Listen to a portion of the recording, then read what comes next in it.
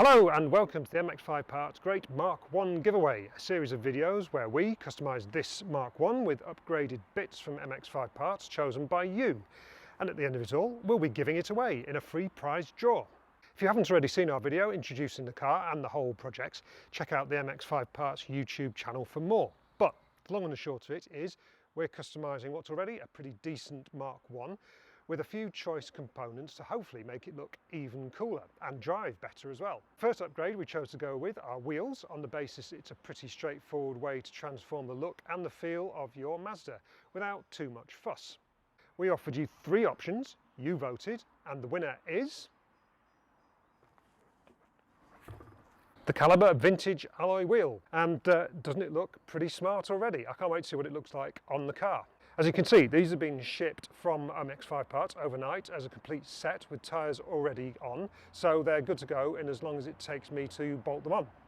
This obviously makes buying a new set of wheels both cost effective and convenient, not to mention offering that instant transformation that we're going for. You can of course just buy the wheels on their own and have your own tyres swapped over if they're the right size, but in my experience it's quite hard to find tyre fitters who are willing to do that, and obviously you'd need to have the car on axle stands or have a spare set of wheels knocking about that you can leave it on while you're having the work done. Much better to start afresh with new wheels and fresh rubber in my book. So let's get on with the job.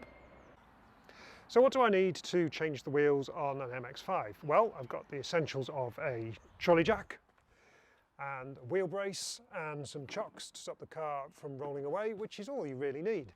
If your car has an emergency jack in the boot, you could always use that, but a trolley jack is a more secure and safer way of doing it, and quicker as well, because you can jack two wheels off the ground at the same time.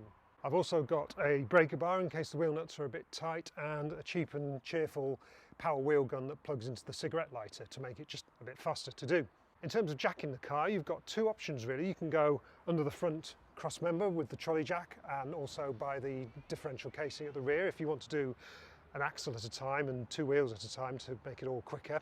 Or you can go by the sills if you prefer, taking care to align the jack with the notches on the seams that mark the official jacking points. In terms of safety, you want to be doing it on level ground really, making sure the handbrake is on and it's chocked. Obviously when we lift the rear wheels off the ground there's not going to be anything stopping the car, so I need to be really careful there. Because I'm going to do it this way, an axle at a time, I'm also going to stick a couple of stands under the sills here on the basis that the jack is for lifting and lowering the car really, not holding it in the air. It's always a safer way to work on a car that way. Right, let's get to it.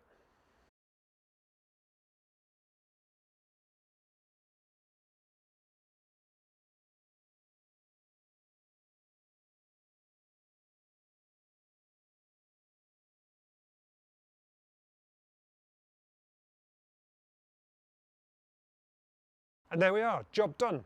What do you reckon? Well, for my money, it's a fantastic choice, and Mk1s have always looked good on these cross-spoke BBS style wheels, so frankly these would have got my vote as well. Now I'm just going to check the tyre pressures, nip around with a torque wrench to make sure the bolts are all done up properly, and go for a spin. Before I do that, if you like what you've seen here, why not get involved by voting on the next upgrade and entering the prize draw when you can win the car at the end. After all, if you're in with a chance of owning it, you may as well have a say in the parts we use in the transformation. For details, check out the information below the video, follow MX5 Parts on social media, and don't forget to like and subscribe. See you for the next instalment.